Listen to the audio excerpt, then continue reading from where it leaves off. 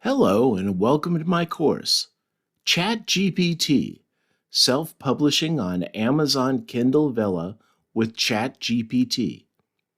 In this course, I'll demonstrate how to use ChatGPT to write an episodic story for publication on Amazon Kindle Vella. Kindle Vella allows you to publish a story on Amazon, a single 600-word episode at a time.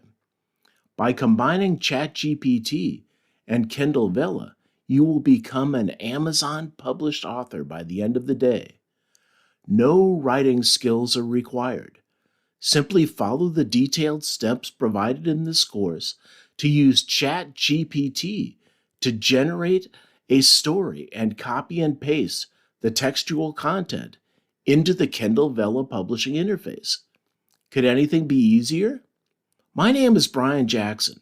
I'm the author of 12 books, publisher of over 100 books, and educator with almost 40 online video training courses. From July 2014 until now, I've made $496,825.81 self-publishing Amazon Kindle books and $195,134.20 publishing Udemy online video training courses. This course is designed to make you an Amazon-published author by the end of the day. Here's how. Generate all content using ChatGPT within minutes. No writing skills required. Automatically copy edit ChatGPT output with Microsoft Word, Grammarly, and/or ProWritingAid. Publish your Kindle story on Amazon within hours instead of days using simple copy and paste. This is a no BS course, meaning there's no filler and no foolish projects. The course itself is a project. Simply follow along to publish an Amazon Kindle Vella story within hours. Your story may be approved by the end of the day. Voila! You are now an Amazon-published author. Important notes. 1. Kindle Vella is only available in the United States Amazon store. 2. You cannot also publish Vella stories in other formats, including Amazon Kindle. 3. You can publish nonfiction Vella stories. So what are you waiting for? I'll see you in the classroom. This has been Brian Jackson.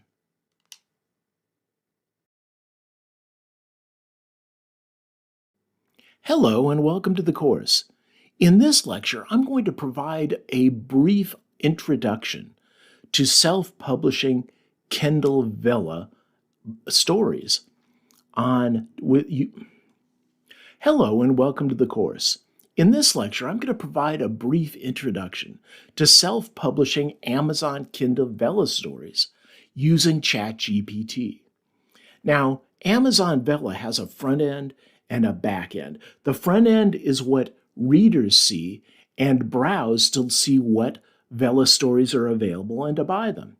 The back end is what Vella authors use to publish their stories, and it gives you an interface to define a story, a wrapper for the whole environment, and then upload individual episodes, which are the chapters of a Vella story.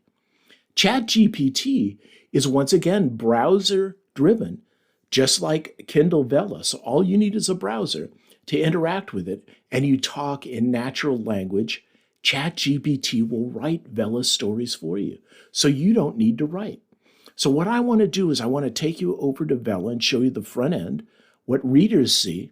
Then I want to show you the back end, what authors see, and then I want to show you ChatGPT and how easy it is to generate stories out of ChatGPT. Okay, I'm going to go to my browser and I'm going to jump over to Amazon. I go to Amazon.com, and to find the Vella front end, what readers see, all you do is you come to the All marker here for the categories, and come down to Kindle Vella e-readers and books, and you'll see that down here in the Kindle store, we have Kindle Vella. Click on Kindle Vella.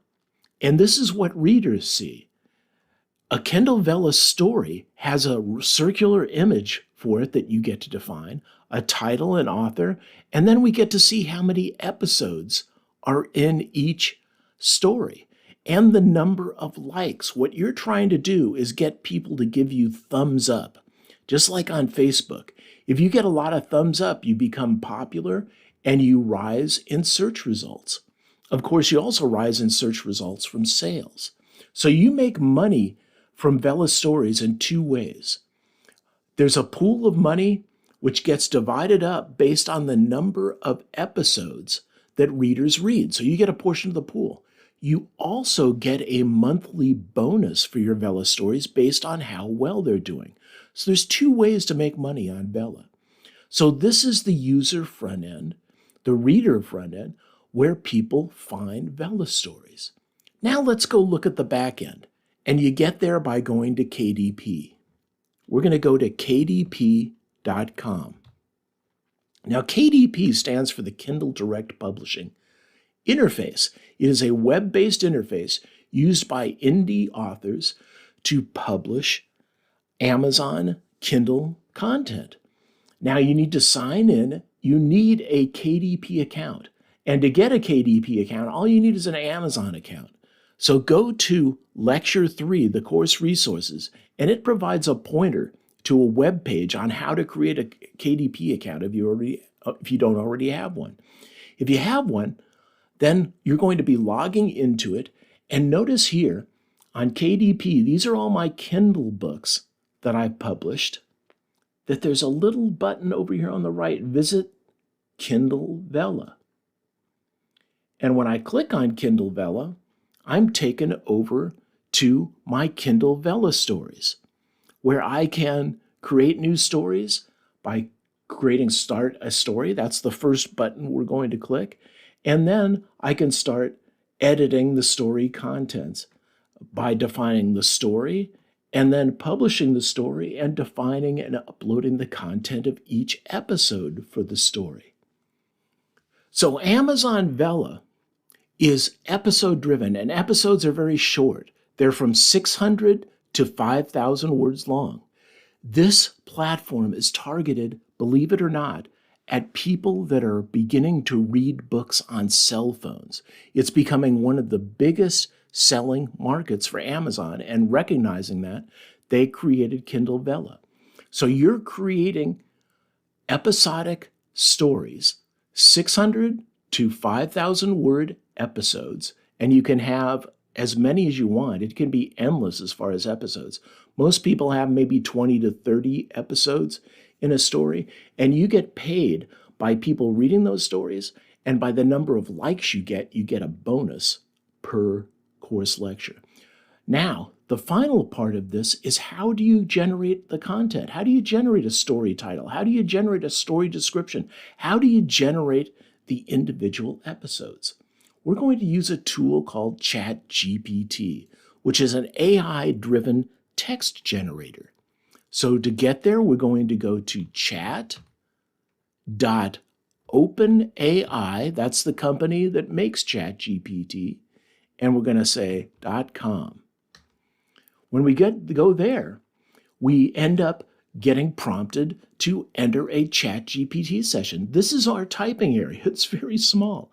I get to send a message to ChatGPT, and I can say things like, write a title for a book about botany. And ChatGPT will write a title for me. The Verdant Symphony, Exploring the Botany Tapestry. What a great title. So this is the idea. We keep asking ChatGPT for things. Give me this episode. Write it in this particular style. Make it shorter. Make it 100 words. Whatever we want.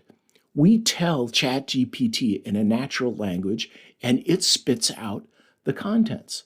Now, those contents, we're going to take over to the Kindle Vella back end, and we're going to cut and paste them into episode screens to define the episodes for our story.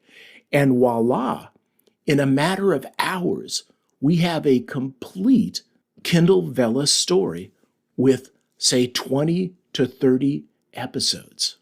So that was the introduction to what we're going to do. We're going to create stories with episodes, and we're going to generate the text for everything using AI-driven ChatGPT interactions. In the next lecture is the course resources. If you don't already have a KDP account, read the links provided in the course resources to create one. All you need is an Amazon account. I'll see you in that lecture. Hello and welcome to the course. In this section, we're going to create an Amazon Vella story. Now, a story is kind of a wrapper for the whole series of episodes. So a story is composed of episodes, which are the actual written story components. They're like chapters of the story. And then the story itself contains the story description, the image, the title, keywords, categories, all of that stuff. That's kind of the wrapper for the story. Now you get to Kindle Vella through KDP. And right now I'm going to jump over to my browser and I'm going to show you how to do that. Here I am in my browser, and to get to KDP, I just go to kdp.com. It stands for Kindle Direct Publishing, and it is the web-based interface for publishing books for indie writers on Amazon. Now we sign in. I'm going to automatically sign in here. It won't prompt me. And this is the Amazon screen for publishing, or the KDP screen for publishing Kindle books. What we want is the Vella stories. And you can see they have a new tab here. So hit the button that says Visit Kindle Story. And you're presented with a list of the stories that you've defined so far. Here is all of the stuff, the image, the title, and the stuff that we're going to create in the story. And then here's the episodes. You can see this has 1 episode in draft. This has 12 episodes that are all live, and so on. So what we do to create a story is to click on Start a Story. Now I can also come here and I can edit or manage any existing story later. But we're going to click Start a Story to start a brand new story. And you'll be prompted with the story setup page. Congratulations, you just completed step 1 of creating an Amazon Kindle Vella story. One last thing I want to point out is if you visit Lecture 3, the Course Resources lecture, you're going to see this. It gives you a pointer to instructions to create a KDP account if you don't already have one. It also gives you a pointer to the Vella front end, so you can go look at what Vella looks like to readers, and you can look at Vella from the back end. So it gives you links to all of that. So use the course resources if you don't already have a KDP account. All you need is an Amazon account to get a KDP account. In the next lecture, we're going to look at using ChatGPT to generate a name for our story. I'll see you in that lecture. As the next step in creating our story, we're going to use ChatGPT to name our story. This is a simple example of a ChatGPT use case. Let's jump back over to Vella and keep working on our story. Here I am in Vella, just having created the story. By the way, this ongoing here, later you can change the status to completed to tell people that the story is completed. Now we don't have any episodes, so we have to have ongoing. We can't change that. Let's work on the story title. Now, we've got 100 characters to use for the story title. Now, the story title is really going to depend on what story we write. I hadn't decided before entering here, and you don't need to, what you're going to write. You don't need to know the story. ChatGPT will know the story for you and reveal it. Now, I thought, though, that I would pick a niche and kind of a general category. I'd like a horror story. And I'd like it to be about a bunch of teenagers that go to a party in the woods and end up getting attacked by werewolves. So what I do is I come over to ChatGPT. Let's open the tab again. Go to chat.openai.com, and we're starting a new chat. Here you have all of your previous chats, so I can go back and work on them. ChatGPT remembers your sessions. So click on New Chat up here, and you'll start a new chat, or go work on one that you've already been working on. So there's two types of information that you can give to ChatGPT to control its output. These are known as prompts, the things that you write to ChatGPT. There's two styles of prompts. One controls the overall style and output that ChatGPT will generate, and the other tells ChatGPT specifically what to generate. For instance, let me give you an example of the two of these. I'm going to tell ChatGPT to write in a suspenseful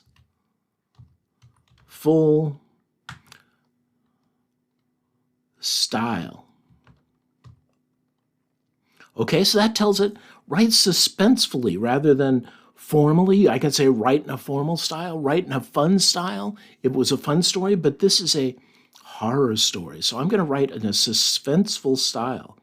And then I also want it to write to a 6th grade reading level. Now, it's been found, unfortunately, at least in the United States, that most people read to about a 6th grade reading level, which is pretty sad. But that's what you should target with your writing. So here's two things that you should write to prime the pump. Now, what do we want ChatGPT to do? We want ChatGPT to write a title for a story about teenagers. In fact, let's write a horror story. Put in these keywords so ChatGPT knows what you're talking about teenagers who go to a party in the woods and and get attacked by werewolves. Now, you're not wasting your effort writing all of this. What ChatGPT does is in these sessions, it remembers everything that you said.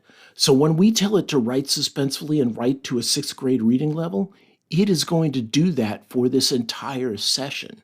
And when we tell it that we're writing a horror story about teenagers that are partying in the woods and get attacked by werewolves, it's going to remember. That's the theme of our story. Now let's see what kind of a title it gives us.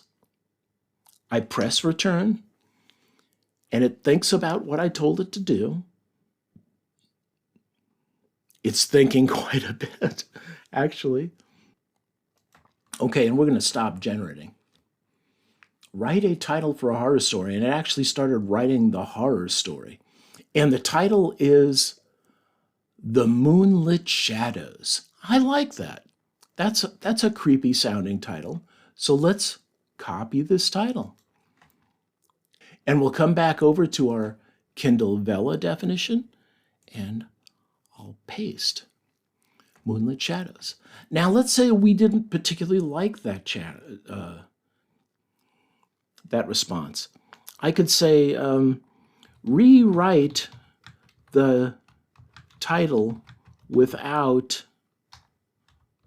the content, the story content. So we're refining. This is one of the things you do with ChatGPT as you go back and you refine what you're getting. So let's rewrite the title. Moonlit Predators. I still don't like it. Regenerate the response. Notice that little regenerate the response button there. Night of Howling Terror. Now we're getting better. I think that was better. So let's go with Night of the Howling Terror. That gives more of a werewolf kind of idea. So we'll copy that and we'll come back over here and instead, where'd we go? Come back over to Kindle Vella, and I'm going to replace this title with Night of the Howling Terror. And there, you've named your book. In the next lecture, we'll look at either using your author name, your name for the author name, or creating a pen name, the benefits and the downsides to each. I'll see you in that lecture. In this lecture, we're going to enter the author name. Now, this can either be your name or it can be a pen name. So we're going to look at also the advantages and disadvantages of real names versus pen names. Let's jump over to the Kindle Vella interface, and I'll show you what I'm talking about. So here we are. Welcome to the night of the Howling Terror.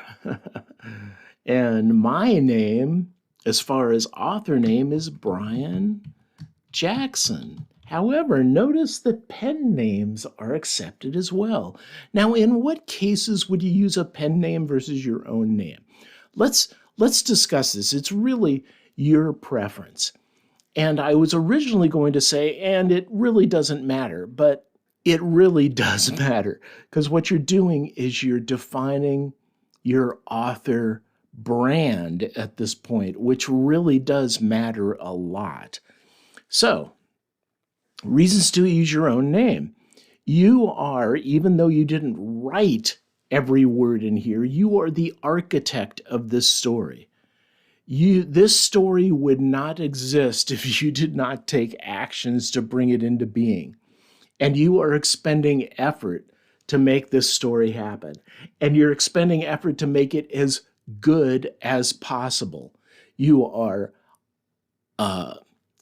supervising all of the steps in the story generating process. You are intervening in many cases. You are taking over some steps if you prefer. And in my case, in my mind, that makes you the author of the story. So as far as, I'm not the author, this is ChatGPT, bunk. You are the author of the story if you want to be. Now, why would you pick a pen name? Well, what if you want to separate your Vella stuff from your Kindle stuff? What if you do feel hinky about publishing ChatGPT generated text under your name? Those are good reasons to pick a pen name. But what you want to do is think about your brand. What are you going to do? You might even pick a pen name for different genres within Kindle Vella, right?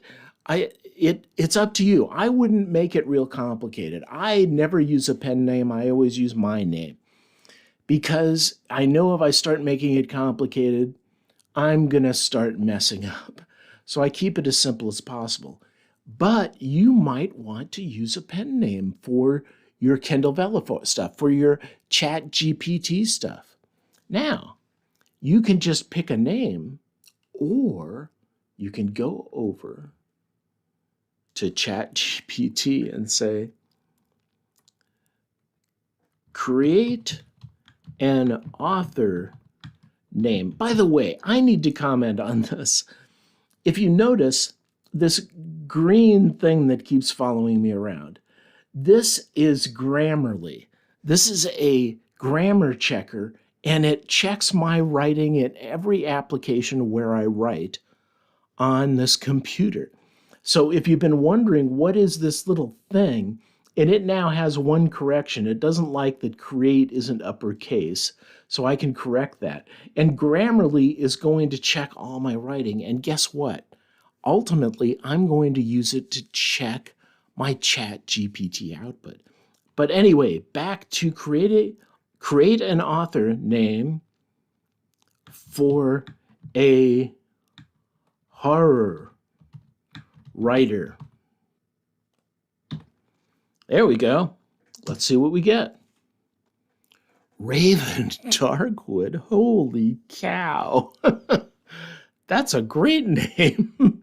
So let's come back over, and I'm going to use a pen name for the first time ever.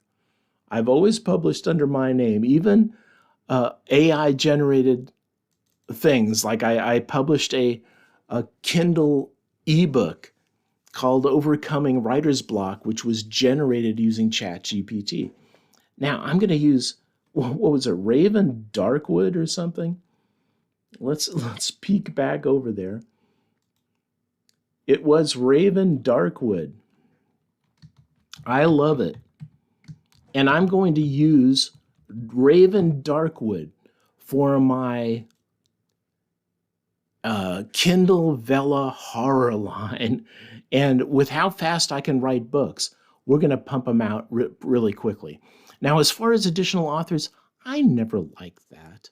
Don't make it look like your story was written by committee. Just have one author. It's going to be you. And don't add ChatGPT as another author.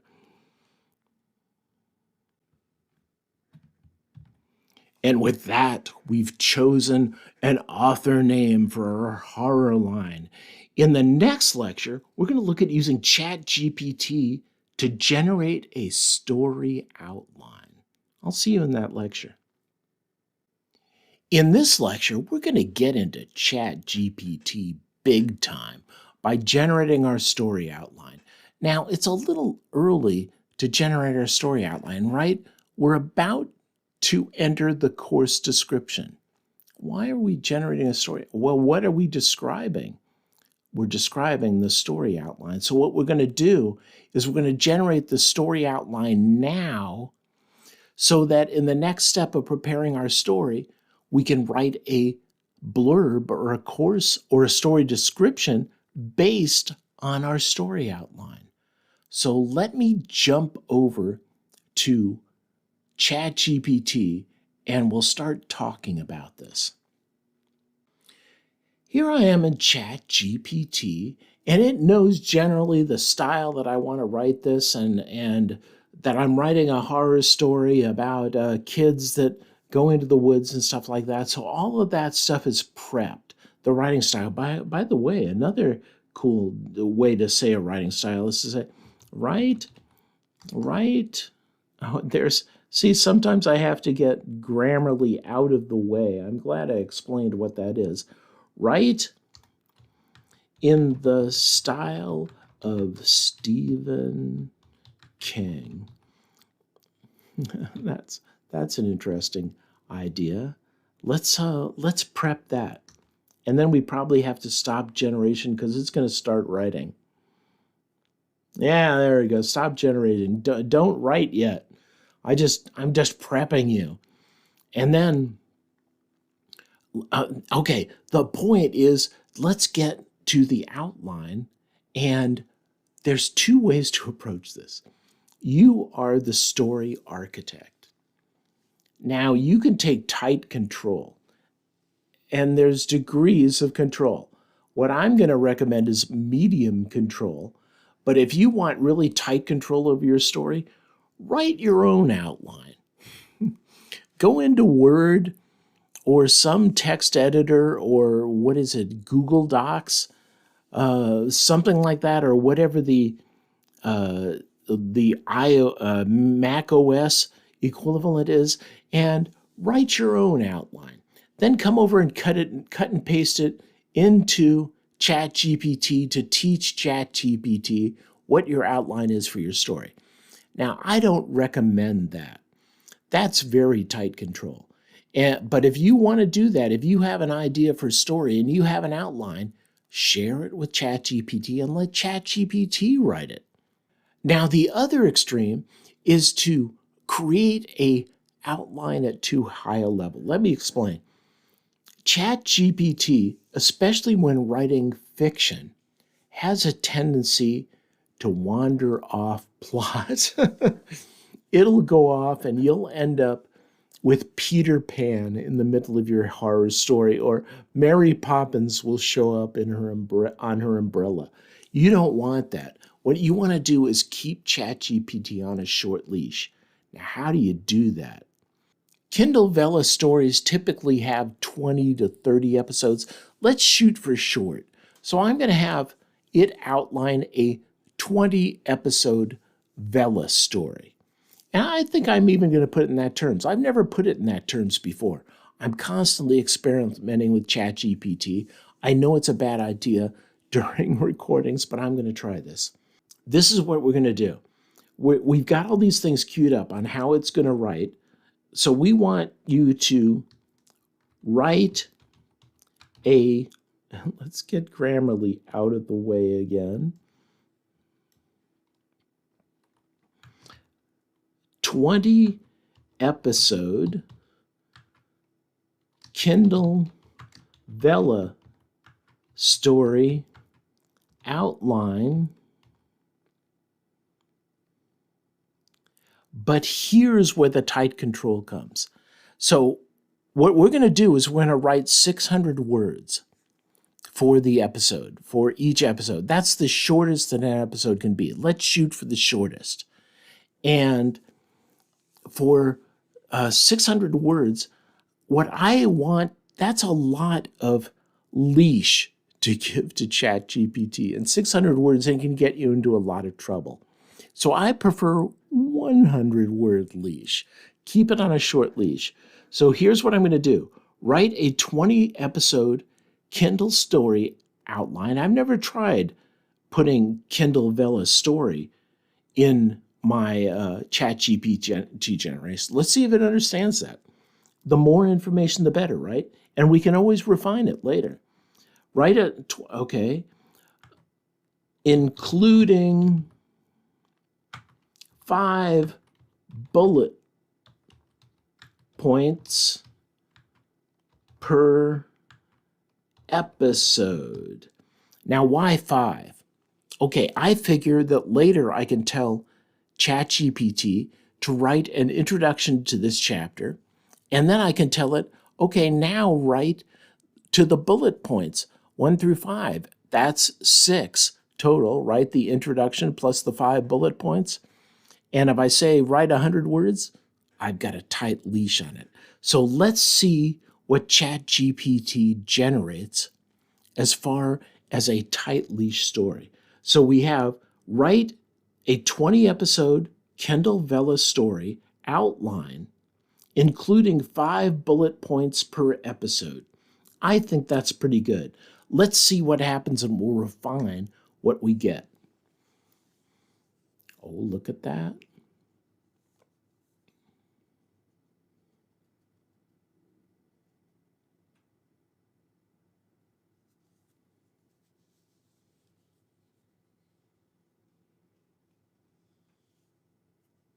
Oh, and look, it condensed the later episodes. It knew that it had only so many words to get done, I guess. But that's fine. We've got our beginning episodes. And look at this. I am very happy with this output. Look at this. The haunting begins. And whispers in the woods. The cursed artifact. Ghostly guardians. I love all this stuff. The final confrontation. The remaining episodes continue the story, delving deeper into I love it. So it's like creating a little sub-story within Kindle Vella. So we now have an outline. And in the next lecture, we're going to review and revise our story outline to really get it exactly what we want. I'll see you in that lecture. Okay, what you're probably thinking is, wow, the generation of that outline went really quick. Not so fast, my young acolyte. It turns out that what you've got to do now is review and revise. This is the point at which human injection occurs. This is what makes the stories yours, is that you're in control and you need to step in and tell ChatGPT when it's out of line. I always consider a ChatGPT session to be a balance of conflict and compromise. You never seem to get exactly what you want. Sometimes you get something better than what you were expecting. Yeah, but it always seems to be an edgy kind of interface. So let me jump over to ChatGPT and we'll start reviewing and revising the outline that it generated. Now, I started looking at this outline and I thought, wow, this is a killer outline. And then I noticed it had absolutely nothing to do with my original criteria of the teenagers in the woods and being attacked by werewolves. This is suddenly a haunting in the woods. It kind of vaguely has to do with the woods, but I think what I did was I put too much stuff in between, and I confused ChatGPT. In fact, I said rewrite the title without story content. So I wiped out story content at some point, and I think I confused ChatGPT. This is good. As I run into errors, as I will in these courses, I want to show you how to work around them because you're going to run into them too. Basically, what these courses are is you watching over my shoulder as I publish things. And I'm going to run into problems, and I'm going to get into this conflict and compromise situation. Let me show you how to do a priority reset. I am going to open a new tab and go to ChatGPT and do a new chat. And within it, I'm going to start constructing the best parts of my previous chat. I liked this, although I've got to rewrite it from write a title to write an outline. I'm going to copy that, bring it over here, and paste it into a new message. And then I also liked the idea of write in the style of Stephen King. That appeals to me. Let's come over here and we'll paste that.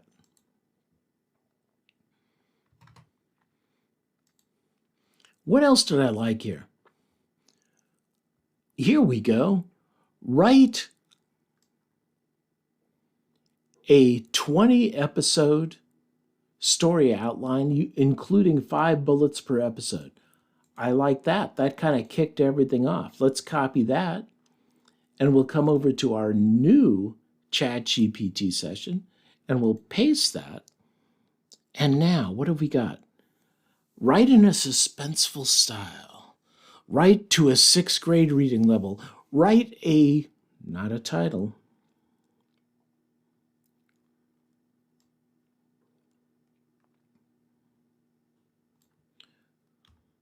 Write about teenagers who go to a party in the woods and get attacked by werewolves. Write in the style of Stephen King. Write a 20-episode Kindle Vella story outline, including 5 bullet points per episode. This is the best. So what I've done is I've gone and I've curated the very best of all of my prompts from the previous experience. And now I'm going to throw them all together and see what this mix does.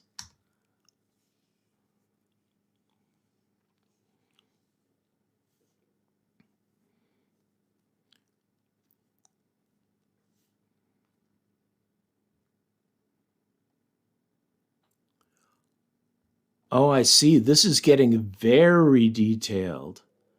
So I actually like what it's doing here. It's still doing moonlight shadows. And we have episode 1 is the invitation. And then here's what used to be my bullet items. So it's made them sub-chapter items. I'm fine because it's got bullet items under that. So what I can do is say, hey, write an introduction to episode 1. Hey, write episode 1, bullet item 1, mysterious invitation. And I can start writing this. So I like this outline. Let's see. 5 teenagers to a party in the deep woods. That's good. Arrive at a secluded clearing. Ominous signs. Okay. So one of the things that I found with the other outline too, and I'm finding with this one as I go through it, is that there's an awful lot happening per 100-word chunk. Think about this. In 100 words, I'm going to have a little introduction to the invitation. Okay, that might work. Then next, I have in mysterious invitation, 5 teenagers get invitations to a party deep in the woods. Now, this is actually the subtitle or this. So this is actually the content for the introduction to the invitation. So I'm losing a subsection here. But you introduce all of these people. Curiosity takes them to decide an unknown despite murmurs happenings in those woods. That sounds like an awful lot to happen in 100 words. So I'm already beginning to think maybe what I'm going to do is I like this outline and I can go with it. I can continue to generate it, by the way, or I can regenerate it and see what other outline I get if I don't like what's going on here. Let's continue generating.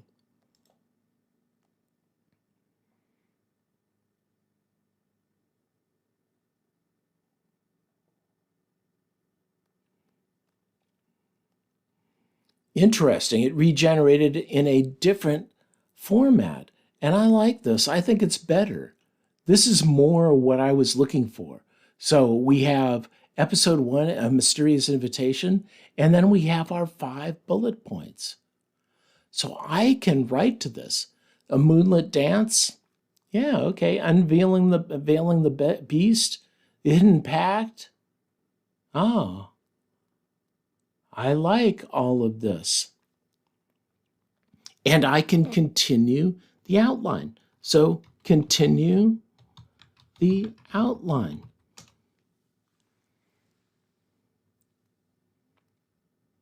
And here it goes at 6, 7, 8, 9, and so on. Now, let's just stop there. I'm already feeling overwhelmed. But what I'm going to do is I'm going to start reviewing this. Shy but curious teenager. Yeah. Oh, convinces a best friend Jake to accompany her despite reservations. I love what's going on here, at least for episode 1. And this is the only episode I need to worry about for this course and getting things out. Now, if I was really writing this whole thing, I'd go through all the episodes and I'd go, is this a decent outline? All 20. Now, because we're episodic and we're going to be releasing them an episode at a time, you don't need to be as curious about the later episodes. You can work on that as you go along. So this is a great outline. The party seems deserted, but the sound of rustling leaves and a distant howl sends a shiver down their spines. I love this. This is a great opening episode. So I'm happy that it decided to rewrite. I'm not quite sure how I got there. But taking all of the best, I think I regenerated the outline, giving it these instructions. I finally got what I wanted. And then I told it to continue the outline. And I can continue that if I want for all 20. May as well get the entire outline going. And in that lecture, I showed you doing a complete reset and getting a completely different outline in a fresh chat session.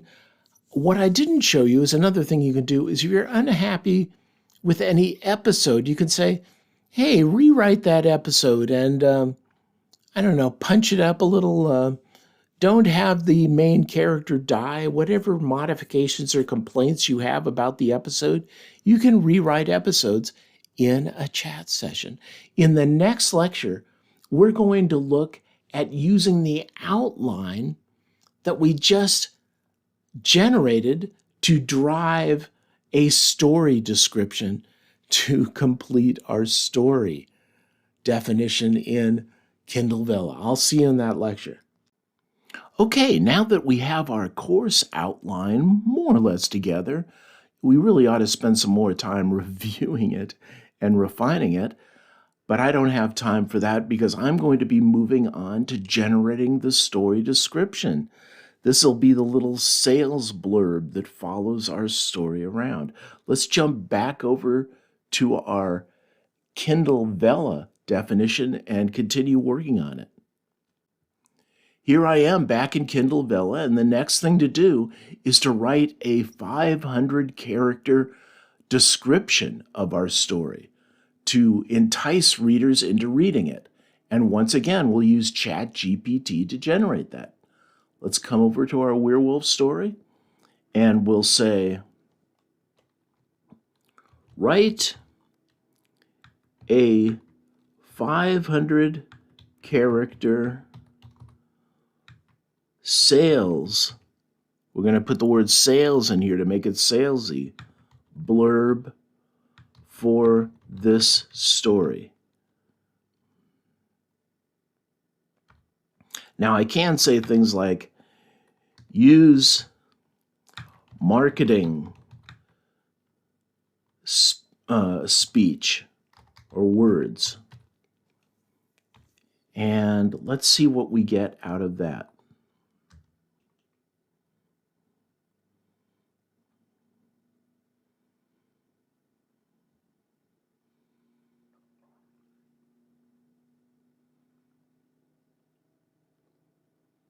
Oh, see, it even talks about Venda or a Kindle Vella series. Here's 499 characters. Oh, it talks about Stephen King with heart-pounding action, unexpected twists, and a touch of Stephen King's brilliance. I love it.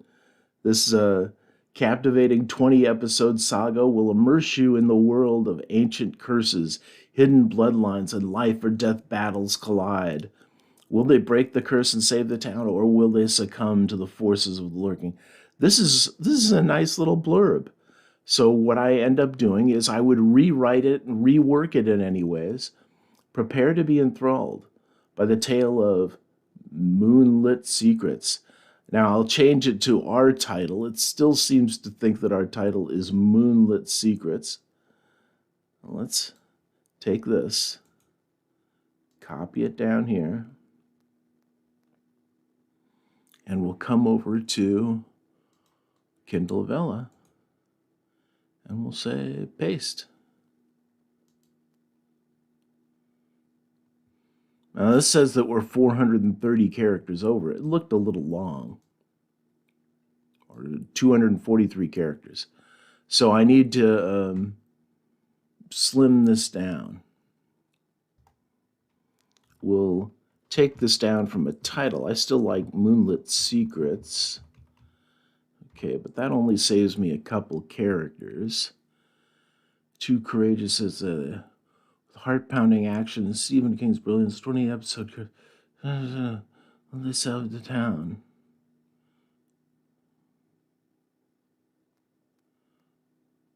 Okay, let's see if we rip out the last few sentences here. We're still 82.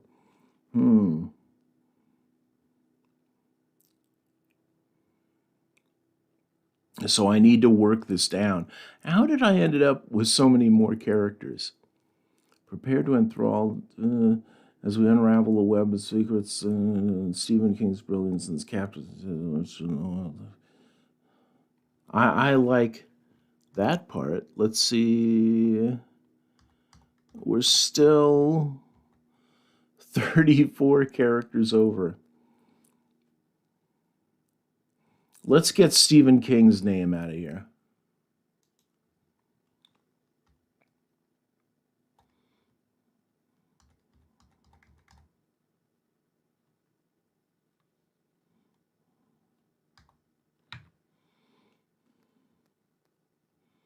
There we go. So we're 9 characters under. I had to rip that down a little bit to get it into the description length. But we have a nice description here. Prepare to be enthralled by a chilling tale of moonlit secrets, a suspenseful Kindle Vella series that will keep you on the edge of your seat. Join Sarah and Jake, 2 courageous teenagers, as they unravel a web of mystery, betrayal, and supernatural horrors in their fight against bloodthirsty werewolves, with heart-pounding action, unexpected twists.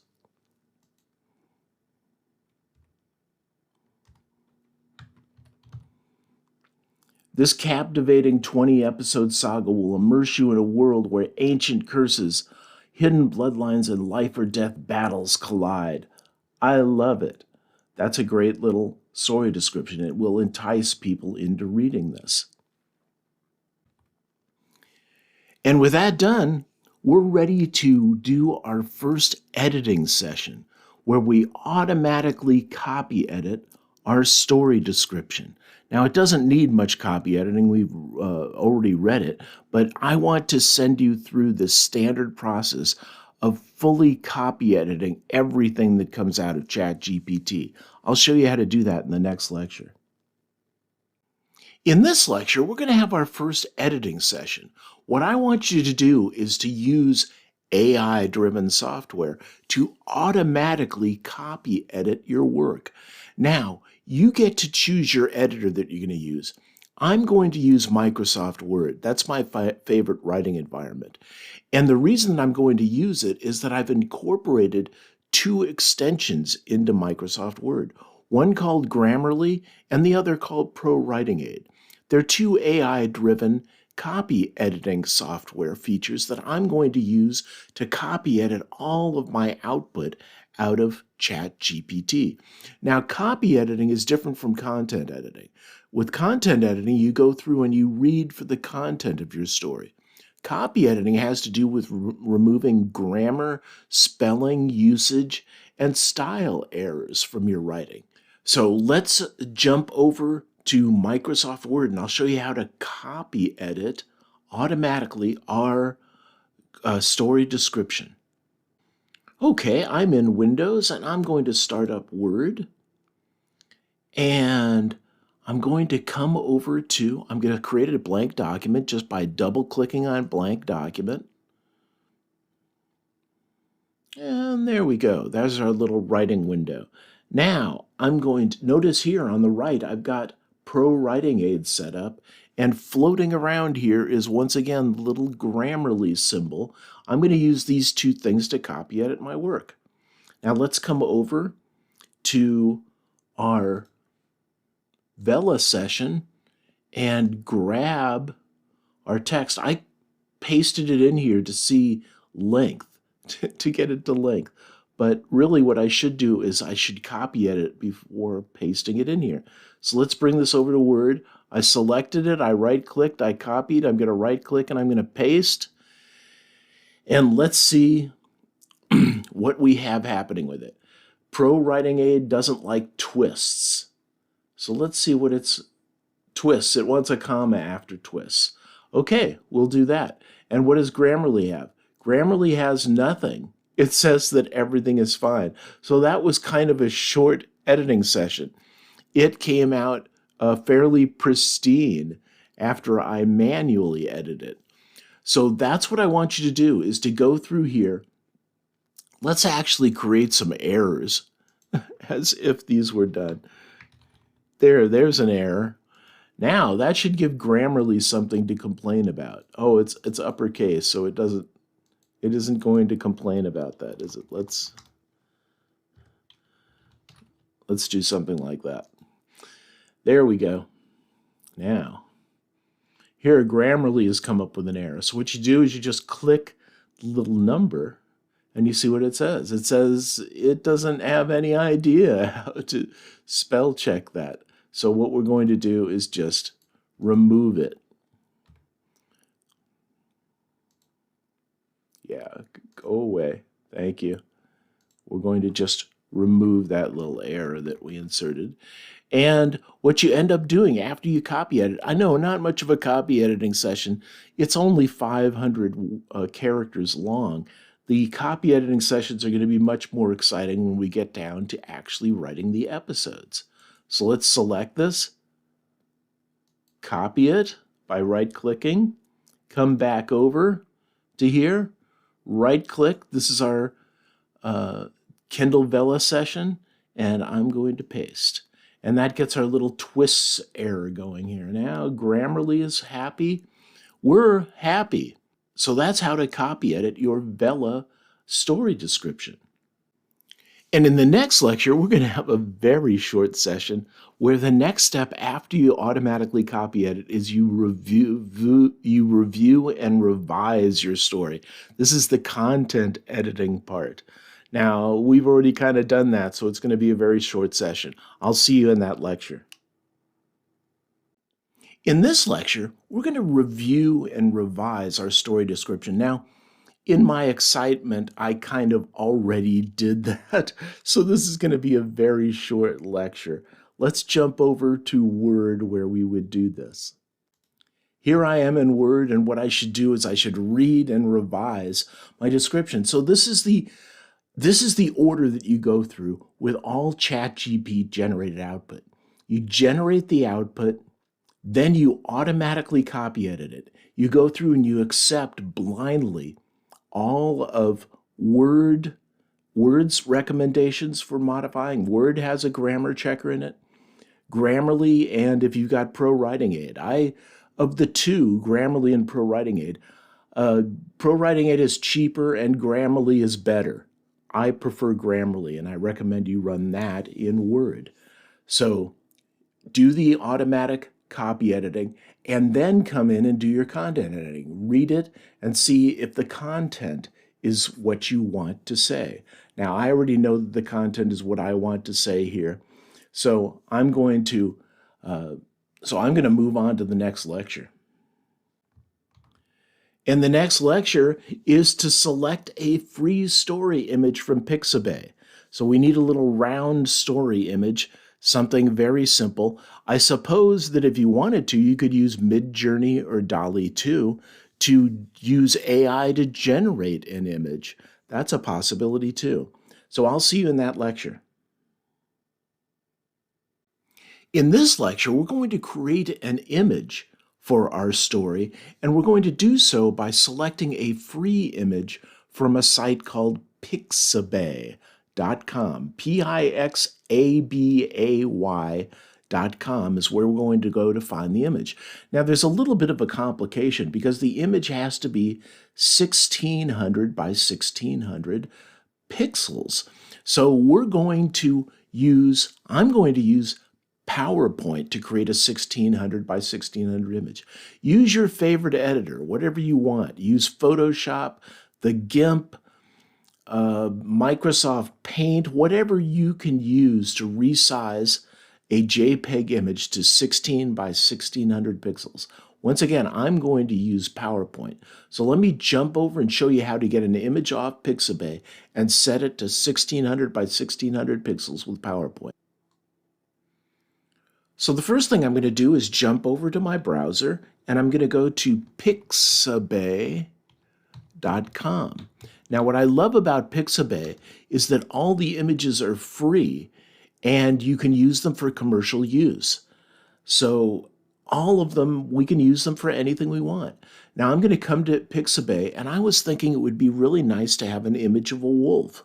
So let's just enter wolf as our search criteria. And now how does Pixabay make money? Notice that it wraps the free images, royalty-free images here, with sponsored iStock images. So they try and lure you into getting better images by going to iStock. Now,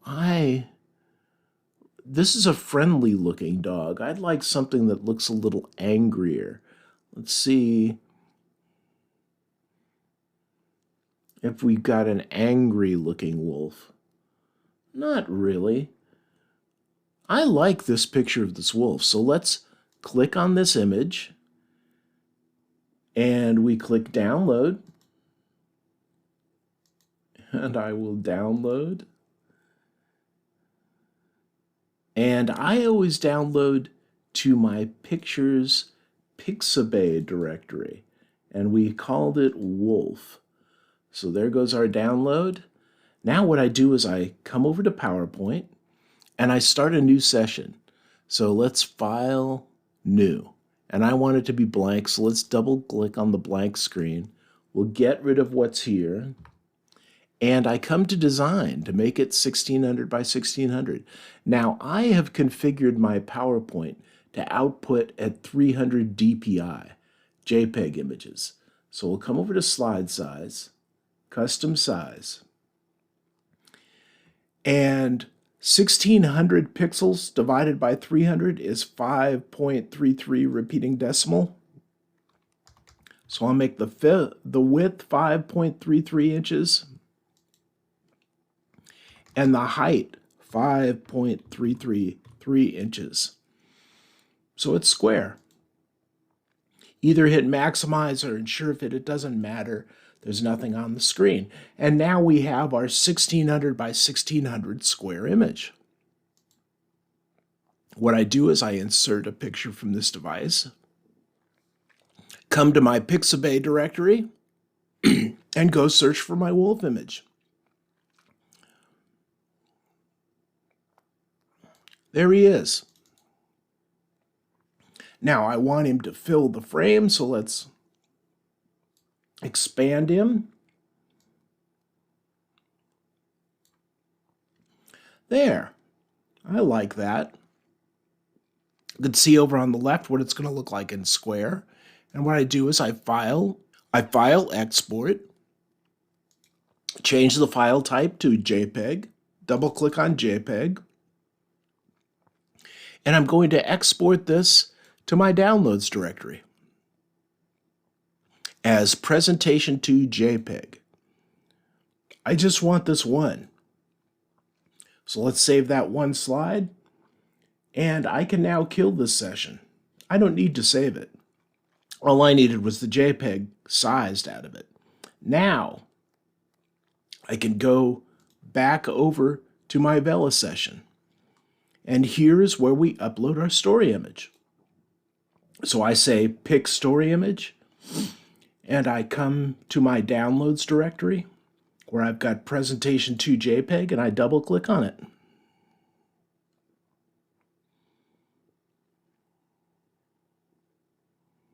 And there's what our thumbnail is going to look like for our story. I really like the wolf here, and Night of Howling Terror, that sounds good. So that was creating an image. And in the next lecture, we're going to look at using ChatGPT to add categories and tags to our story. I'll see you in that lecture. In this lecture, we're going to add categories and tags to our Vella story so that it's easier to find. Readers can search for stories either by browsing the categories of stories or by searching for tags. So they're both important ways to find a story for readers. Let's jump over to Vella and I'll show you what I'm talking about. Okay, so here we are. We just defined our image. You know, if I was really doing this and I had the time, I'd probably get a more fierce-looking wolf picture. That's actually a really pretty, friendly-looking dog. Not really appropriate for Night of the Howling Terror. Anyway, this is what we're after here, is first you do your categories. Now, categories are really easy. There aren't that many of them, so pick the broad genre in which you're writing. I'm doing horror. Okay, what have we got? We've got thriller. So let's make it thriller. And the other thing is that you have an optional second category. Always use it. You may as well show up in multiple categories. Let's make it action adventure. So we have a thriller action adventure. Now, as far as the tags, once again, let's use ChatGPT to generate it. We have 7 tags to describe this. So let's come over to ChatGPT where we're doing our wolf story and say, write 7 tags for this story. Let's see what it comes up with. Oh, I like that. Supernatural thriller. Okay, so let's take these and put them over as our tags. Copy that. We don't need the pound.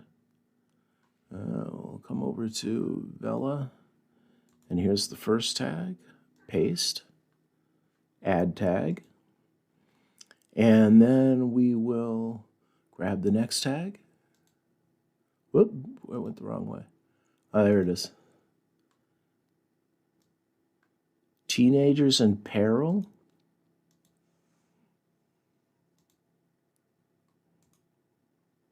Paste that.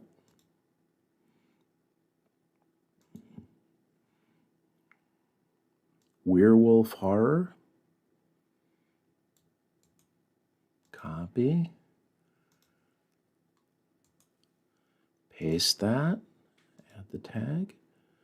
Now you might do better actually coming up with your own tags. I would just make this Stephen King rather than Stephen King style. And I might make a teenagers in peril. That might be good. So work the tags the same way that you do all ChatGPT output. Ancient curses sounds good. Come here, paste.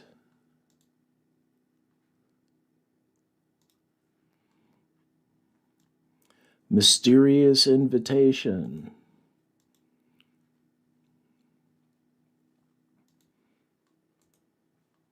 Paste. And finally, fight for survival. Copy. And paste that. And that's the last of the information that we have to provide.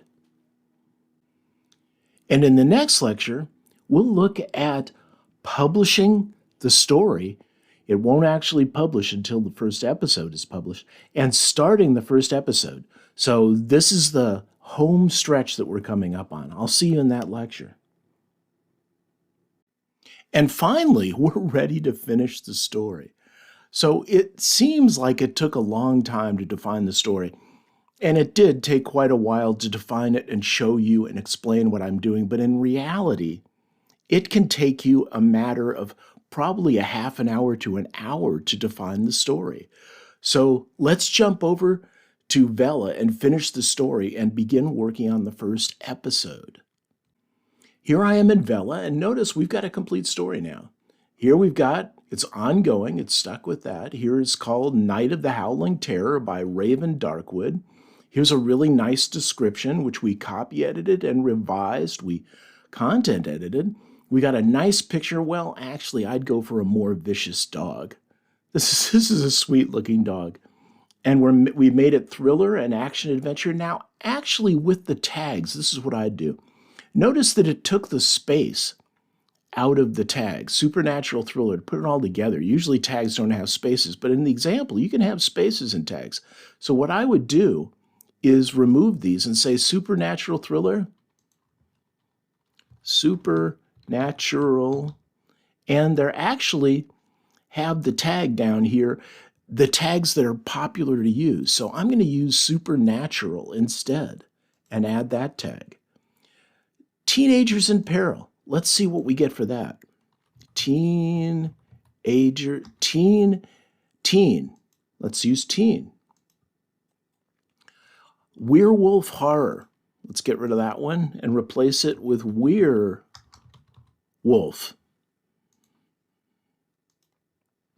Stephen King. Let's get rid of that one and replace it with Stephen King. Ancient curses. Let's see what we get for curses. We don't get anything for that. Ancient curses. Okay, we don't get anything for that, but we're just going to go for it. Mysterious invitation. Mystery. We'll go with mystery instead. And we have supernatural. So now we've got all pretty much tags that are used. I like these much better. And I would replace the wolf with a more snarling wolf. Otherwise, we're done. So what we could do is we can save as draft or publish and start episode 1. That's what we're going to do. When I actually publish this, the story doesn't get published because there's nothing to publish. There's no episode. until you get episode 1, your story doesn't appear on Kindle Vella for readers to find. So that gets your story done, and now we're ready to start with episode 1. And in the next lecture, I'm going to beg for you to please leave a review for this course. This course is going to survive or die based on your reviews. If you just ignore this and move on, well, I'm sorry, but this course probably isn't going to be around very long. So please leave a review. I'll see you in that lecture.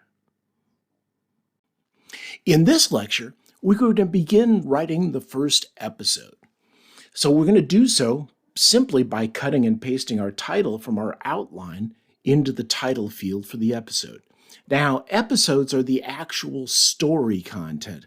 They're the chapters of your Vella story. So let's jump over to the Vella interface and I'll show you what I'm talking about. So here I am with the episode 1 title. Episodes numbers are added automatically, and it looks like this is optional. That's weird. I wonder why you, well, okay, I guess you just have chapter 1 without a title if you want, or episode 1. So we will add a title, and we'll add it from our ChatGPT outline. Let's go back up to our outline. And here we can see episode 1 is called The Mysterious Invitation. So we copy it. By the way, you're going to be copying and pasting a lot. So let's talk about how you copy and paste. I'm in Windows. So this is the way you copy and paste in Windows. Hopefully it's similar on a Mac or a Linux system. I'm going to left click and drag across the title, so I select it, and then I right click over the selection and I get the context menu, which has copy, and I copy. Then I come back over to Vella, to the title, I right click to get the context menu, and I paste. Now you have two forms of paste. This paste will bring over formatting characters and stuff like that, so highlighting and bold and things like that from Word. We're going to use that for pasting the episode. You can use either of these pastes to paste the title. This paste will just place plain text, so it'll get rid of all formatting. So use either paste, and I'll paste this, and it fills out the title. Episode 1, The Mysterious Invitation. And in the next lecture, we're going to use ChatGPT to generate the text of episode 1.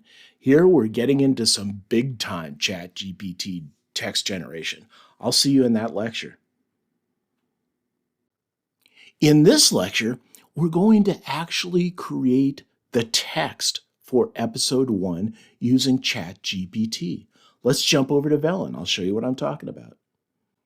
Here I am in Vella where we've just titled our episode, and we have this area where we can import things or where we can write our text. Now, you've got 3 ways that you can do this. There's a way that I recommend, there's a way that isn't quite as good, and then there's a way that's terrible. The way that's terrible is to just write in here. Now, I suppose you could do it because actually I have Grammarly here following me along. So anything that I write here, this is a spelling error. Grammarly is going to catch, and it's going to revise it for me. So that's one of the things that we're going to do. Now, rather than writing in here, and notice that you can save, and it will periodically auto-save a draft, so you won't lose your work. So you can use this as an editor. Now notice you have 5 words and you need to get up to 600 words. So 600 to 5,000 words. Now the other thing, the other option that you've got is to use another editor like Word or Google Docs, something like that, and write it there and then cut and paste your text. Now when you copy the text and you come here to paste it, you right click and you have the 2 paste options. Use the first one so that you get your formatting. If you do any bold or italic, stuff like that in Google Docs or Word, you will have that come across. Now, if you don't want that stuff to come across, paste as plain text and all that, highlighting and formatting of your text will disappear and you'll just get the text. So you can copy and paste. Now, the format that we're going to use, actually, or the technique that we're going to use, is that we're going to write our text in Word. And then we're going to save it as a docx file and import that docx file. Notice that you can import an episode in docx format. Docx being the format for saving Word files. So let's jump over to ChatGPT and start generating our text. Now, the first thing is that typically it's very easy to generate a chapter. You just say, write 600 words for episode 1, and ChatGPT will go do it, but that's giving it a little bit too much leeway. Instead, we have these little breakpoints. So what I'm going to say is write episode 1, bullet point 1, and I'm going to write fewer words.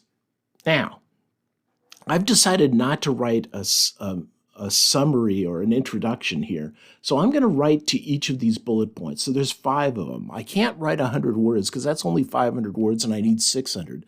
So I thought, let's do 200 words per bullet and write each bullet. So let's give this a shot. We've still got in this session, because we're in the same session, we've got write, suspenseful. Using suspenseful voice, write like Stephen King. Where is all of this stuff? Now let's move up. Let's make sure we have this. Yes, it's right in the very first thing. Write in the style of Stephen King, write in a suspenseful style, write to a 6th grade reading level. ChatGPT is going to remember all of that. And it's also going to remember the outline that it generated. So all I've got to do is say, write episode 1, bullet point 1, and the number of words. So write 200 words about episode 1, bullet point 1. Let's see what we get. It's always an adventure working with ChatGPT. Here we go. It got the bullet point. Now let's see if it finished the paragraph. That's nice. Because one of the things I was thinking is that it might make it half of the way through a paragraph and I'd have to say, finish the paragraph. Now, what I want you to do is to select this text. Remember, we know how to select. I'm going to drag across it.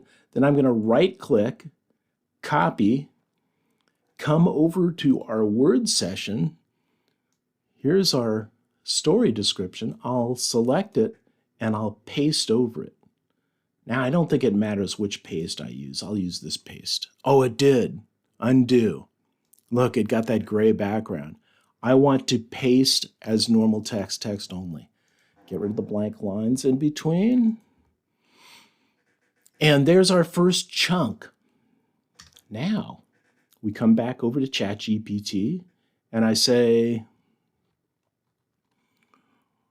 let's copy this. Well, I'm going to copy again. So let's write 200 words about episode 1, bullet point 2. Yeah, I should copy and paste this rather than typing it. There we go.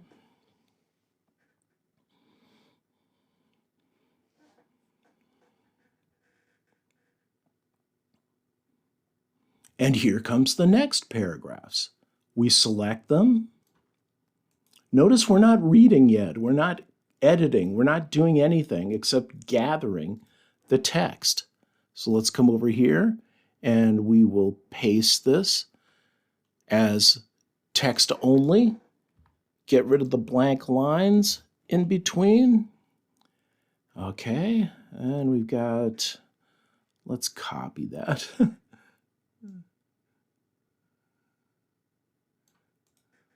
Copy. Bullet point 3.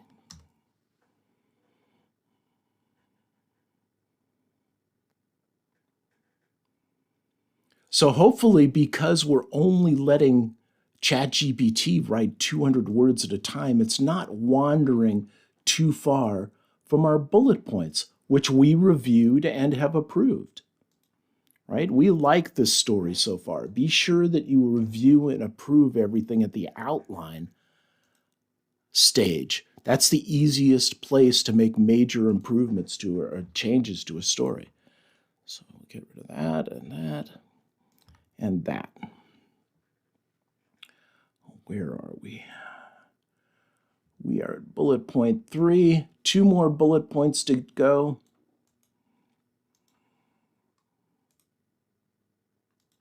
Okay, bullet point 4.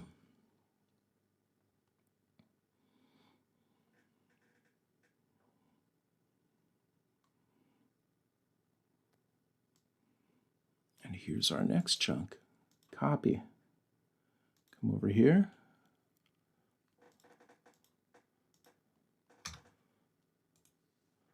Paste as plain text. Get rid of the blank lines in between. There we go. Looking good. And we generate the last chunk.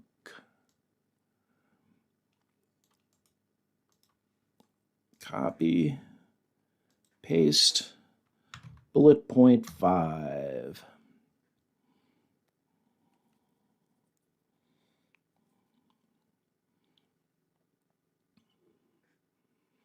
And there we go. We have just used ChatGPT to write a 1,000-word episode in a matter of minutes. But we're not done.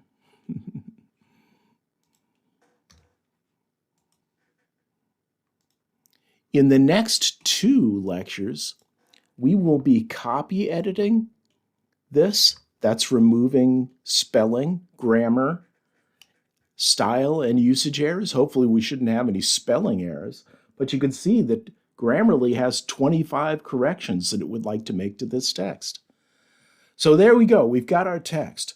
And how much have we got? We've got 1,088 words. That's perfect.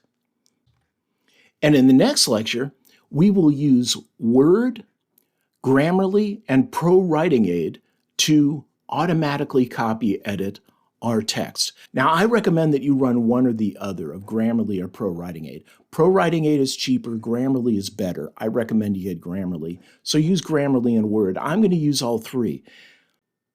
In this lecture, we're going to automatically copy edit episode 1. Now, once again, copy editing has to do with removing spelling, grammar, style, and usage errors.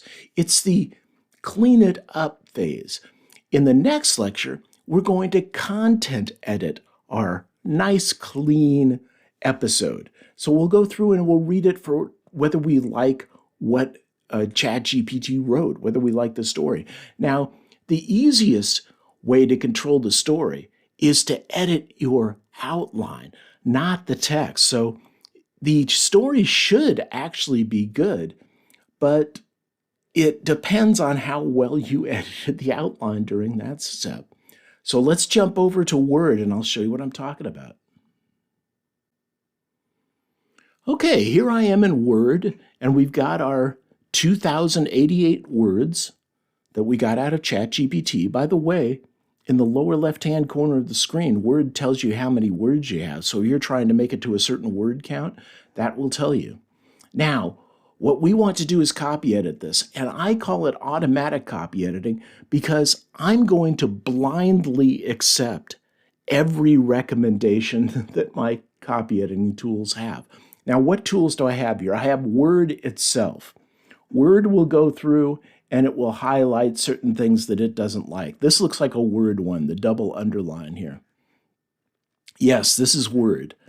Unintelligible yet. So what I'm going to do is I'm going to go through and accept Word's problems. Over here are ProWritingAid's problems. And then in this little icon here are Grammarly's problems. Now you can see Grammarly has 25 of them. ProWritingAid has 6. And Word has a few, and that kind of gives you an idea of how good these AI-driven grammar checkers are. Word is the worst, ProWritingAid is the next best, and Grammarly is the best.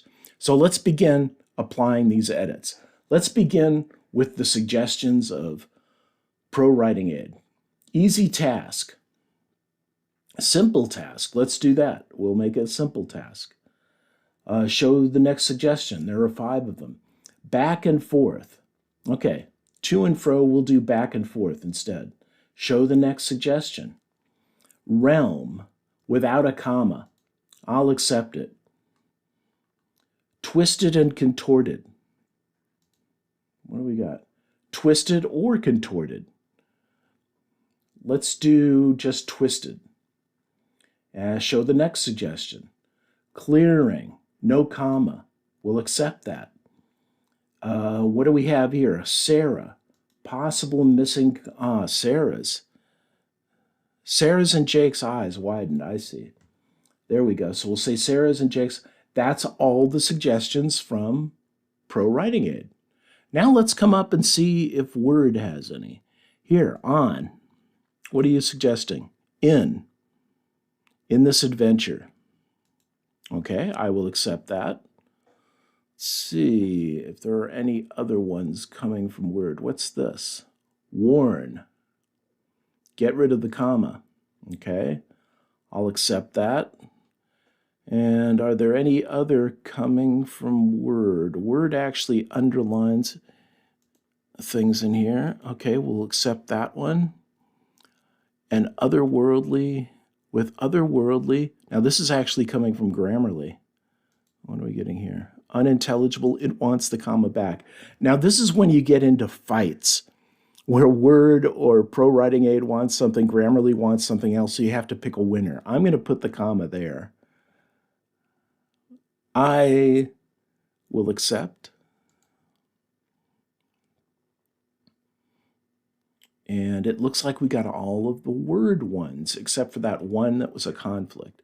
Now, let's get the Grammarly ones. And to do that, you press on the little number, and you go through here. Remove the phrase, measure of. Yep, I'm accepting it. Accept. Rewrite for clarity. Accept. Accept. I'm not even reviewing what these are. I am blindly accepting everything. After all, I didn't write this. And Grammarly is actually really good grammar checking. So I'm going to trust it over ChatGPT as far as cleaning up the output. Rewrite for clarity, accept. And you can see this is why you want to run a grammar and style checker. There's a lot of stylistic changes that it's making to what ChatGPT wrote. Rewrite for clarity. So now everything's nice and clear. Get more profoundly, get rid of A. And there we go, 23 issues have been addressed. And now that created a bunch of issues for ProWritingAid. Use different styles, we'll use curly for all. That got it down to 3. Sarah's, okay. Now it looks like ProWritingAid took that. I'm going to ignore that because ProWritingAid didn't like it. Unintelligible. This is the one fighting over the comma or not. Grammarly took the comma out, so I'm going to ignore this. And then the final suggestion is upon, on, dawned on them. Okay, I will accept that. Now, ProWritingAid is happy, and we have 1 in Grammarly. Rewrite for clarity. I will accept that. And once again, ProWritingAid is complaining about Sarah's N. We'll ignore that. And everybody's happy. So I have automatically copy edited. Notice I didn't read this. I didn't do any edits myself. I use these tools to automatically clean up this text and get it as good looking as it can get. Now I'm ready to read it. And in the next lecture, we will finally read the text generated by ChatGPT and revise it with any changes that we want to make. I'll see you in that lecture. In this lecture, I'm finally going to read what ChatGPT generated. Now, this step can be as involved or as minimal as you like. It depends on how much of your voice, how much of you as an author you want in the writing. So far, it's all been ChatGPT. You've had some influence up at the outline level, but not in the actual writing. This is where you get to insert your influence. Now let's jump over to Word and I'll show you what I'm talking about. Here I am in Word with our text. Now, if I'm going for speed, I would just use this text, but I really do encourage you to read the books that you write. So what we're going to do is read through here. I don't know if I'm going to bore you by watching me read 1,000 words. It won't take that long. Remember, we don't need to worry about grammar or anything like that. We just need to worry about what's being said. Drawn to the unknown. Okay, whispers of adventure, excitement, fueled her decision. It was a chance to step out of her comfort zone. I like what I'm seeing. She whispered to herself, tonight the mysteries of the end shall be revealed. Excitement bubbled over as she rushed to Jake's house. The invitation clutched tightly. She knew to convincing her to join an adventure. Yeah, this is all really good. And it seems to have been keeping to the outline. The deep, infectious enthusiasm. He knew it's not using a lot of dialogue. I would have had them talk. Do you hear that, Jake? There's not a lot of dialogue. I write with more dialogue than this is doing. But hey, this is all good. I like what it's writing. Now realize that you can do other things here too. So let's say if I don't like a particular chunk, I can go back over to ChatGPT. Let's jump back over there. And say things like rewrite episode 1, bullet point 5. Make it funnier. I'll even put an exclamation mark. And let's see what it does with bullet point or episode 1, bullet point 5. Trying to make it funnier. I was darting around. Werewolf social hour by mistake. So it actually is making it funnier. Check this out. They exchanged bewildered glances, wondering if they were stumbling upon the werewolf social hour by mistake. So it made it funnier. She stifled a giggle. Werewolves of London? Is it just someone's embarrassing karaoke rendition? So this has made that last episode funnier. So I can tell it, make it funny, things like that as I'm writing, and I can go back and regenerate sections, go replace them, recopy edit them. Now, I'm not going to make this story funny, though. So I'm pretty much going to stick with the text that it generated. Now, the other thing that I forgot to point out is that Grammarly, at least, and possibly ProWritingAid, also run in Google Docs. So if you don't want to use Word and you want to use something free, Google Docs, then you can use that instead. You just use the same process. I prefer Word. Now, with all of this written, I'm going to drag a selection over all the text. Actually, I'm sorry. I was doing the cut and paste method. We're using a different method here. I'm going to File, Save As, Browse, and we want to save this as, let's call it Vella.doc, and I want to put it in my downloads directory. So this is just a temporary file. So we save the docx file there. Now, instead of copying and pasting, or which I can do via the Vella interface, this should be a more reliable way to get my text here. I will import the episode and go to my downloads directory and select by double-clicking on my vella.docx.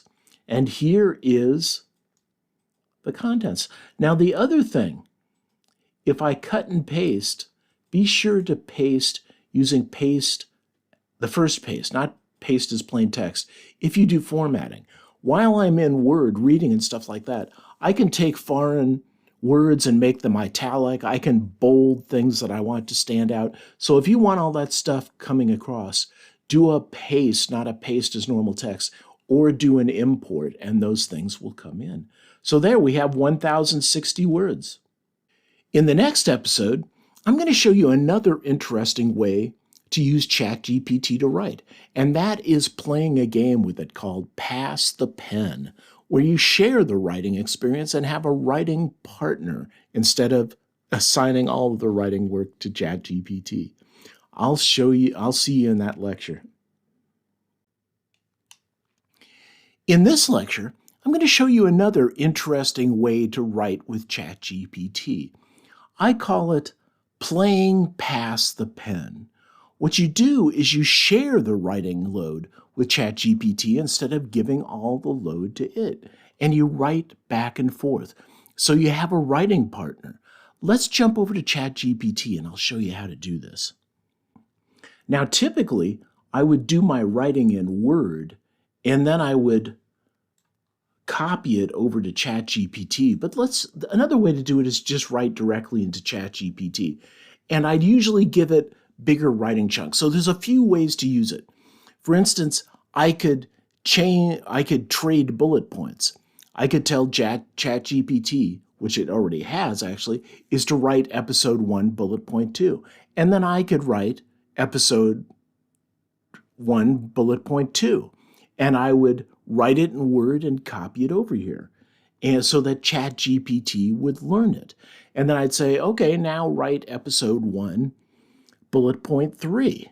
And I'd leapfrog ChatGPT that way. Another way to do it is to say something like this. Let me see. We have Sarah and Jake.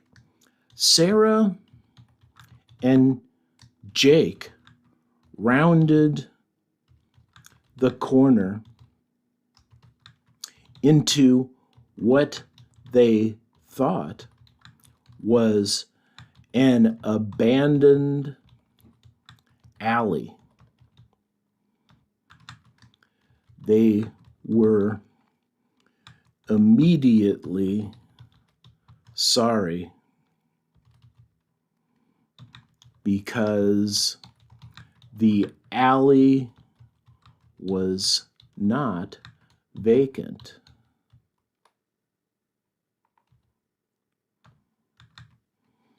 Standing 3 feet in front of them was the largest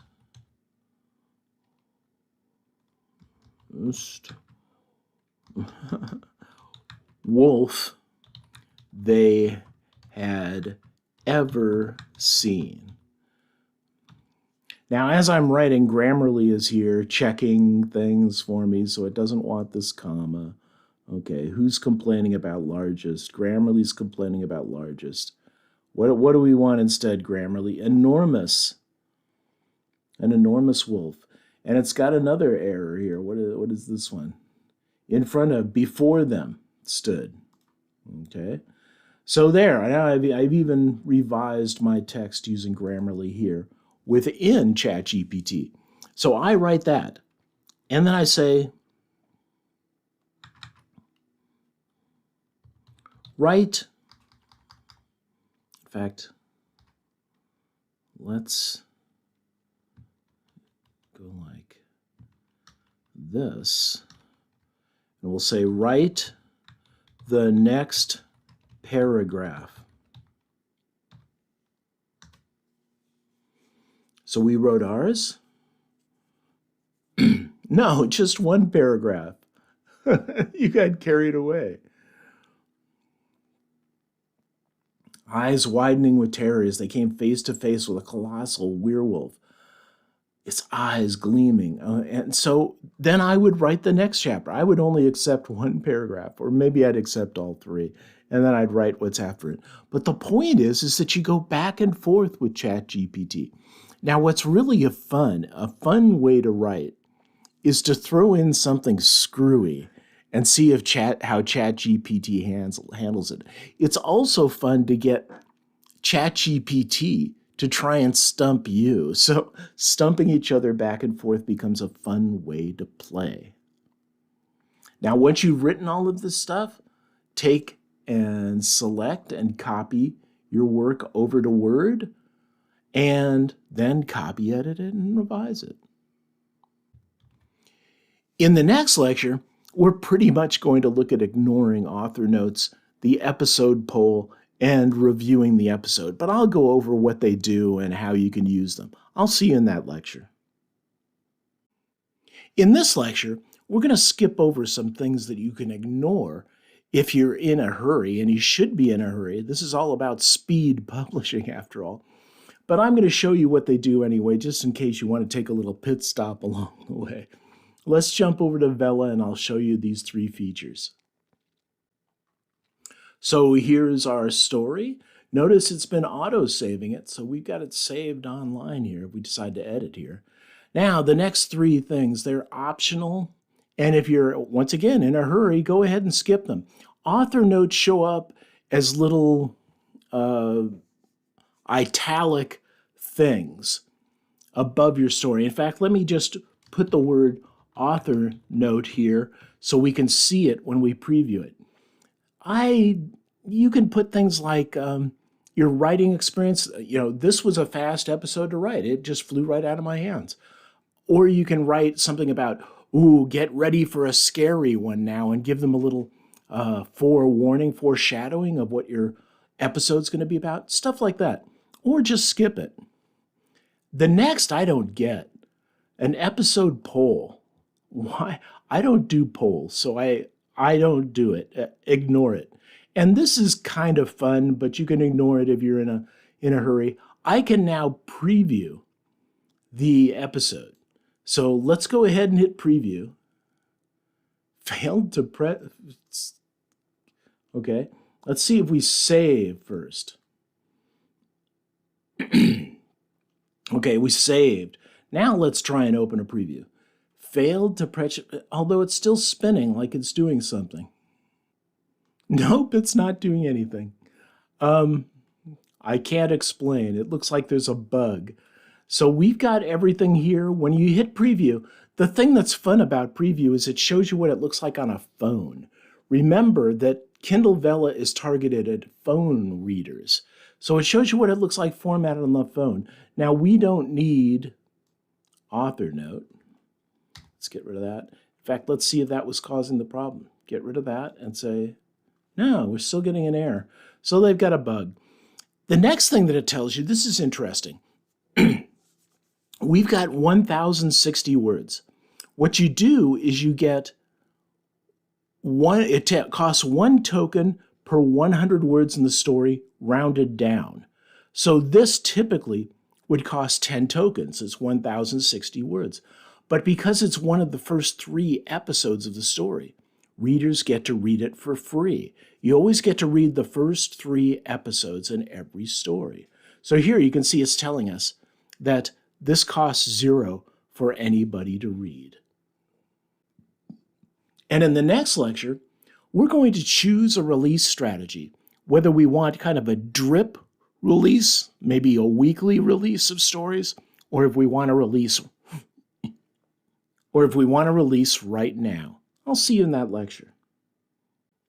As a final step to defining your episode, you get to pick a release strategy, and you have 2 options. You can release right now, or you can do a drip kind of release. You can release over time. Let's jump over to Vella and I'll show you what I'm talking about. So here we are after the number of tokens required, and we have the release date. Now we can release now, which is the default, which is actually what I've always used and what I recommend. Here's the deal. With ChatGPT, you're pumping out Vella stories as quickly as possible. Why slow down the release by scheduling them over time? I don't know. It just seems very odd to do the same. I'm going to release as fast as possible, and by the way, I'm going to slow down the release by doing a drip release.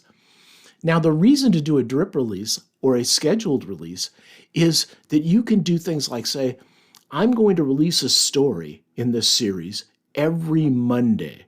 So my readers know every Monday they can look for the next story. Now, the release now, pump out all of your episodes now very rapidly, and they can grab them all now. They don't have to wait. So I've never really gotten into the drip or scheduled release kind of technique. That's why I've never used it. It's up to you if you want to use it. When you click the schedule, you get to pick the date. Notice that it says it could take 72 hours to go live. That's why they're saying the 29th is your earliest date. You can pick the calendar here, and these, are unavailable because it's going to take 72 hours to go live. Or pick release now, which is what I recommend. And in the next lecture, we're going to actually publish our episode, which will publish our story. The whole thing will be available within 72 hours after approval. And we're going to repeat this process until done. Now, in this lecture, we're going to actually publish our episode. And by so doing, our story and our episode will become available for sale on Amazon within 72 hours if it's approved. And then we'll just keep repeating until done. And in the meantime, something important happened that I wanted to show you. Let's jump over to Vella. So here we are in Vella, and we're about to hit the big publish button, but something happened here along the way. Check this out. I got an email from Amazon regarding Night of the Howling Terror by Raven Darkwood. And what it said was that I had inappropriate content in my tags. I thought, oh no, you got to be kidding me. ChatGPT is generating inappropriate. And I started reading through. There's things like don't incite violence, no sexual content. Don't use things like new or free, best-selling. That's good. But look, you can't use books or you can't use other authors' names. And I put Stephen King in there. So they're dinging me on that. So one of the things I have to do is let's come back over to Vella, and I'll say save. So we have all of our stuff and it's up to date. And then I'll go cancel. I guess it's cancel and return to Story Manager. There we go. Action required. And what did they tell me? Following reasons, your updated content is available, but limited to following reasons. Your request, contact for more information. Okay, they already told me what I did wrong. So let's come here to edit story details. This is the way you go back and edit a story. And I'm going to go get rid of Stephen King, Ancient Curses, Mystery, Werewolf, Teen, Supernatural. Oh, Fight for Survival. Let's make it just survival. There we go. And we will add that tag. And then we get one more tag. Oh, we got to make something up. Let's use horror. There we go. That's the one that I want. And we will publish. Now this will resubmit it for review, and hopefully because it doesn't have Stephen King anymore, I won't have a problem. Now, because we left the episode, it lists the episode here, and we can go and edit it. It's in draft mode right now. So let's edit our draft, and everything should be here just the way we left it. Let's see, is everything here? Yes, it is. Still 2,060 words. It saved things successfully. Still the right title. I'm a happy camper. So with that having been taken care of, let's hit publish and see what happens. Are you sure you want to submit this? Yes, I am sure. For immediate publication. Oh, by the way, also, on these, oh, it's too late, it's gone. On that thing about the release strategy, if you notice there was a little link in the textual description about that field. And if you click on that link, it'll give you a lot of more information. So as you're going through these prompts, if you don't understand a particular field, look for the help link and go grab additional information. Okay, it's going to take 72 hours potentially to go live. I find that they go live much faster. And notice we're no longer in draft mode. Now we're in review mode. And we wait. Hopefully not receiving another one of those emails about a problem, but receiving an email from Amazon saying, congratulations, your episode is available. And with that said, your first story and your first episode are published. Just keep on repeating for every episode now until you've got them all released. You can do them over a matter of hours or a matter of days, whatever you choose. But congratulations. If you've been following along, I really hope you have, then you now have a published story and episode waiting for review. Good job. And in the next lecture, we're going to look at how you really make money with Kindle Vella. It turns out that you can make more money from the bonuses than you can from actually getting money from having readers read your book or your story. We'll talk about that more in the next lecture. In this section, we're going to move from the process of creating your story to the process of marketing your story. And the first thing that I want to talk with you about is how you really make money with Kindle Vella. It turns out it's not through having readers, but it's through the bonus program. Let me jump over and show you some reporting and administrative features of Kindle Vella. So here I am in Vella. First of all, I want to point out that this is the page that you're going to see from now on to add episodes. So you're going to create new episodes and you're just going to keep adding them on here. If you need to go edit an existing episode, go ahead and do that. If you need to edit the story, you can do that up here. Now, there's two ways to make it to the reporting mechanism for Vella. I'm going to show you both of them. Let me show you the KDP version first. We're going to go to KDP, and typically after you log in, what you do when you want reports and data out of KDP is you go to Reports. And then within Reports, there's the Kindle Vella dashboard. And that will give you information on your sales on Vella. Now, there's another way to get there. From the Vella page, notice there's Kindle Vella Reports. If I click on that, it goes immediately to this report and to that tab. So that's the kind of the quick way. You got two ways to get there. Either get there through KDP Reports or get there through the Report tab on the top of the Vella interface. Now, what have we got here that I wanted to show you? I'm getting a trickle of revenue. I'm making, I made $5 in January. Here my revenue is slowly declining, but this is what I wanted to show you. When I really got into writing and marketing Vella stories, I decided to focus on one story. Let me scroll down and show it to you. It's called Stellar Buoy Checkpoint Charlie 01.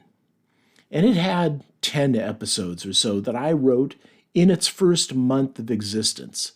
This was in May of 2022. And I made $576.84, primarily off of this one story. Now, if I go to reports and I say, instead of today, give me lifetime, let's look at my lifetime stats down below. You can see that this story has had 1,405 readers, more than any other of my stories, and it's had 429 thumbs up. In just a month, I got 429 thumbs up. Now, the royalties made on this lifetime is almost $12 for people having read the story. But in this month, I made $576.84. What's the difference? The difference is the bonus. It turns out that you're going to make most of your money from the monthly Kindle Vella bonus. Now, they seem to base that not as much on readers as on thumbs up.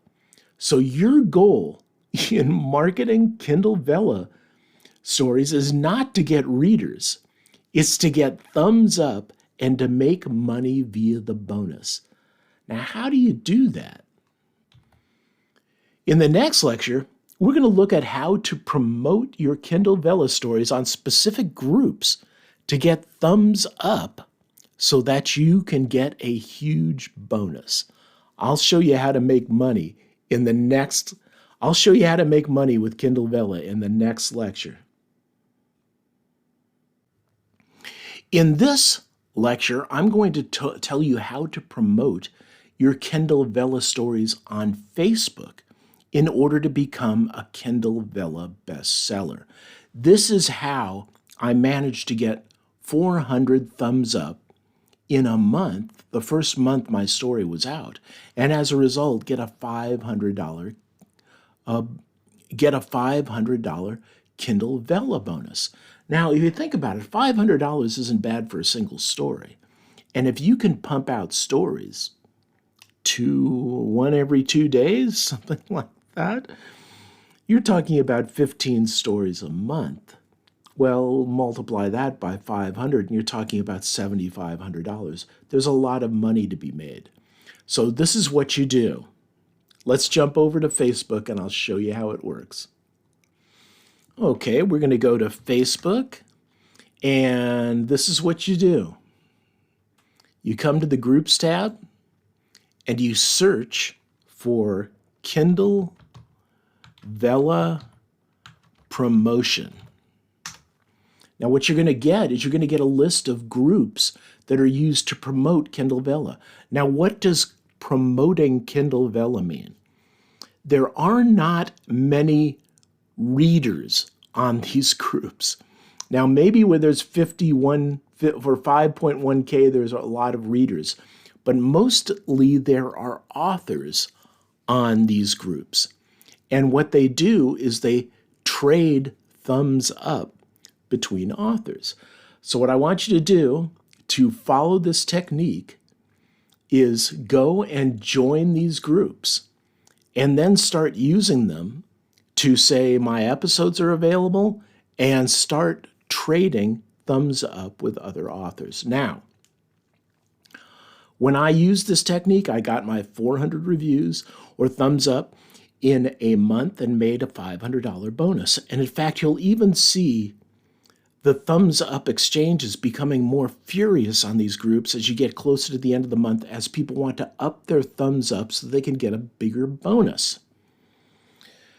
Now, after I verified that this was indeed a big money maker, I felt that, well, it's kind of bilking the system.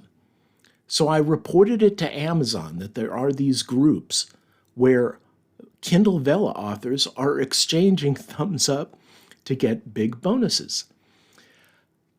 Amazon's response was basically to mind my own business and go away. They were making money and they were happy with the way Kindle Vella is going. Now, I think this ends up bilking readers and so on, and I soon decided not to do it. That was my choice, and I left Vella. Now, this is what I think. If you do not follow this process of exchanging thumbs up with authors, you probably will not do very well on the Vella platform. If you do and really focus on it, you will become a Vella bestseller and make a lot of money. I don't particularly like the process of trading thumbs up with other authors. They should be coming from readers and not other authors that have a vested interest in trading thumbs up. Apparently, Amazon does not agree and thinks that everything is okay. So if you can live with this, then this is the way to become a bestseller. Join as many of these Kindle Vella promotion groups as you can and trade as many thumbs up as you can. Now you're going to end up buying tokens. Remember, it costs tokens to get episodes beyond episode 3. Well, you're going to end up buying people's episodes and leaving thumbs up. And that gets you even more bonus points with other authors who will reciprocate, and you'll get hundreds of thumbs up in a month. As a result, Amazon will award you with a massive bonus. Now, I'm not sure. I got $500 from one story in a month. If you have a bunch of stories, I would imagine you're making a lot of money. And that was it. That's how to become a Kindle Vella bestseller. Personally, it's not my thing, but I think if you don't do it, you're in trouble on Vella.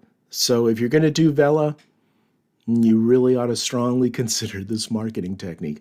Of course, there are other marketing techniques, and I encourage you to investigate them and pursue them to advance your Vella story. So I finished the course and realized I had some closing words that I wanted to give you before you leave. First, I want to thank you for taking the course. I want to urge you to please leave a review. Please, please, please. And I also want to point out that the next lecture, the bonus lecture, has links to courses that you might want to consider after watching this one. Now, what did we learn in this course? Well, you learned pretty much everything I know about using ChatGPT to publish Kindle Vella. I just have more experience than you, so I can do it faster, but you're going to speed up. And I should have mentioned this at the beginning of the course. I should have stressed it more. If you follow along and pause the lectures and then go do what I did, you will have a published story with the first episode by the end of watching this course.